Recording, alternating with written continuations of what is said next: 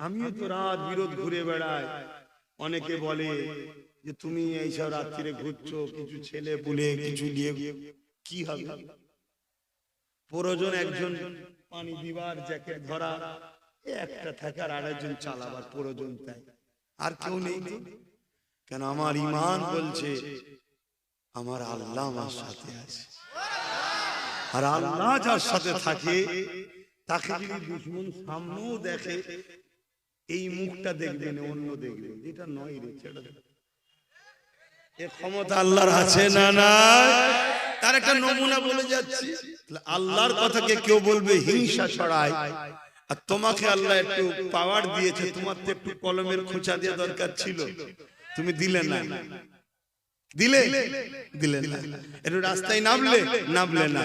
আর যেই তোমার নেত্রী ফাইল চুরি করে জমি নিয়ে বললে, তাহলে কানেকশন তোমার। এত বড় বড় সব নেতা, এত বড় বড় পদ, ক্ষমতা হাতে, পুলিশ হাতে, কি নিরীহ লোককে কেস দিবার জন্য পুলিশকে জোর করে প্রেসার দাও, তোকে কেস দিতেই হবে, নাই তোমাকে ট্রান্সফার করে দেবো, তোমাকে ডিমোশন করে দেবো।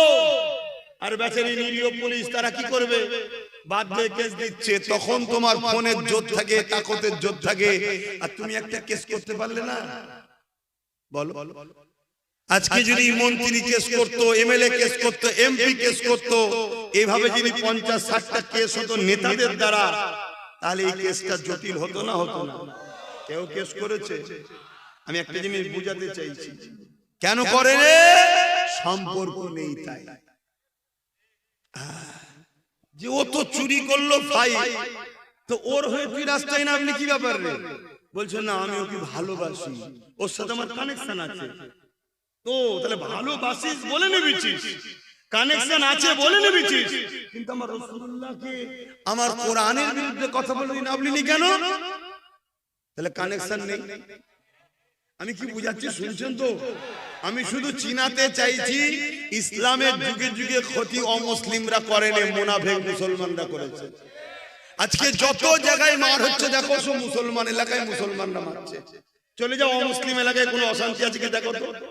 একসাথে সব দল মিলে একসাথে বসছে, একসাথে চা খাচ্ছে, একসাথে গল্প করছে। কেন? ওরা সবাই জানে যেই জিতুক মালিক তো আমাদের। কথা বুঝে আসছে না? না, এইখানে দেখুন শুধু মুসলিম এলাকায় অশান্তি, আর করাচ্ছে কারা? মুমিন মুসলমানদের উপরে মুনাফিক মুসলমানরা ঘাড়ে বসেছে। এবারে এই ঘাড় থেকে মুমিন মুসলমানরা এখন নাবাতে চাইছে, কেন? মুনাফিক চিনতে পেরে গেছে, নাবিয়ে দিতে চাইছে। আর যখনই নাবাতে চাইছে তখনই কিন্তু অ্যাকশন হচ্ছে। আমার কথা কি আমার আব্বাদের জিজ্ঞেস করতে অসুবিধা হচ্ছে? আব্বা একটা জিনিস বুঝাচ্ছি আব্বা, না হয় ভুল জায়গায় হাত দেবেন, ভুলের সাথে চলে যেতে হবে। আল মারউ মা মান আহাব্বা, যে যার সাথে দুনিয়ায় পরকালে তার সাথে। কথা মাথায় ঢুকছে? এগুলো বলছি কেন বুঝতে পারছেন না? যাতে আমার কম মুনাফিক চেনে। মুনাফিক যদি চিনতে পারো, প্রকাশ্য দুশমন যত শক্তিশালী হোক তোমাদের কিচ্ছু করতে পারবে না। তোমাদের ক্ষতি ঘরের মধ্যে ঢুকে যে যারা যাতায়াত করে তারাই ক্ষতি করবে।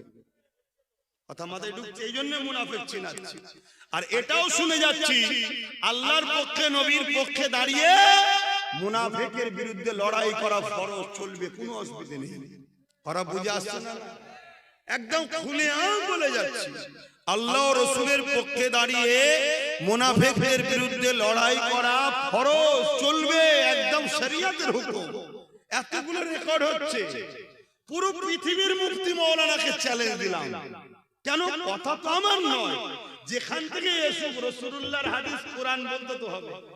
তাহলে মুনাফিকদের বিরুদ্ধে তোমাদেরকে সোচ্চার হওয়া, ঐক্য হওয়া, দ্বীনের দুশমনদের বিরুদ্ধে সোচ্চার হওয়া, ঐক্য হওয়া, এটা তোমাদের ঈমানি দায়িত্ব আছে না? না, সংগঠিত হও, ঐক্যবদ্ধ হও। যদি ঐক্যবদ্ধ না হও, কাল তোমাদের হারুয়ার পীর আব্বাস আলী গোরাচাঁদ হুজুরের মাজার থাকবে না। কথা মাথায় ঢুকছে? তারপরে কালকে তোমাদের কি বলে আব্বাস আলী, কি বলে হযরত সুলতান আসগর আলী হুজুরের মাজার থাকবে না। কেন? ওয়াকফ। কি ওটা? কারা ভাঙবে? এই মুনাফিকগুলো। এরা এসে ভাঙবে, এরা এসে নেতৃত্ব দিয়ে ভাঙাবে। কেন? এদের দুনিয়ার প্রভুরা হুকুম করবে যাও, যে প্রভুদের জন্য আজকেরা রাস্তায় নাবে, কোরআনের জন্য নাবে না। কথা কিছু বুঝছেন? অসুবিধা হচ্ছে? দোয়া করে দেবো। ওদের দিকে এই আছে, ওদের দিকে এই আছে, ওদের দিকে এই আছে। তোমার দিকে কিছু যদি নাও থাকে, তুমি যদি হকের পক্ষে হও, তুমি কেন ভাবছো না তোমার সাথে আল্লাহ আছে? আর আল্লাহ যার সাথে থাকে তার কোনো সমস্যা হয়? ঈসা আলাইহিস সালামকে মারার জন্য ঢুকেছিল না, ক্রুশবিদ্ধ হয়েছিল, জানেন তো?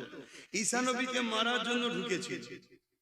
তো ঘরের মধ্যে ঈসা নবী আছে, আর যারা মারতে এসেছে সেই সর্দারদের নেতা ঢুকেছে।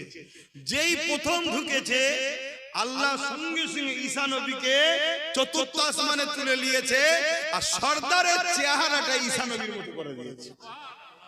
এইবারে বাকি পাবলিক যেই ধরেছে, একে ধরে ফেলেছে। বলছে না রে, আমি তোদের সর্দার তো রে। বলছে সর্দার তুই তো সেই ঈসা। তাকে ধরে নিয়ে ক্রুশবিদ্ধ হয়েছে। ঈসা নবী ক্রুশবিদ্ধ হয়নি। ঈসা নবী চতুর্থ আসমানে আছে, উনি আমার নবীর উম্মত হয়ে আসবে। জোরে বলুন সুবহানাল্লাহ। কে এটা করলো? তো সেই আল্লাহ জানা নাই।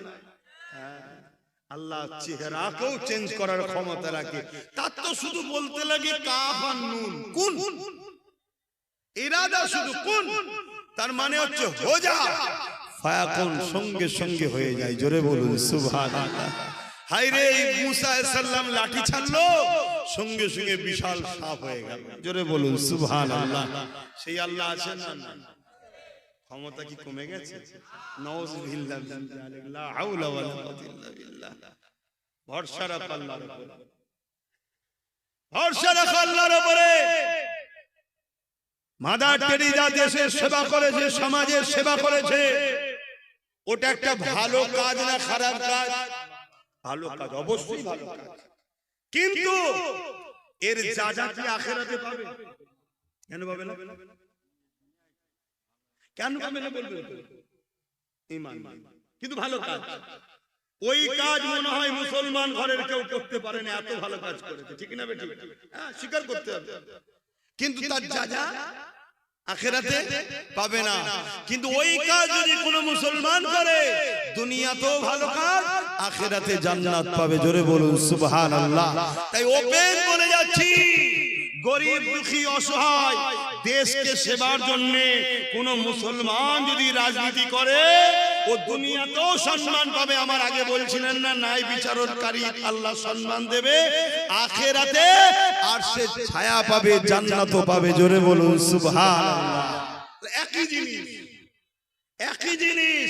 ইমানদার করলে ফায়দা দু জায়গায়, আর ঈমান ছাড়া করলে ভালো কাজ যদি হয় শুধু দুনিয়াতে ফায়দা, ভালোকে ভালো সবাই বলবে। ঠিক না বেঠিক?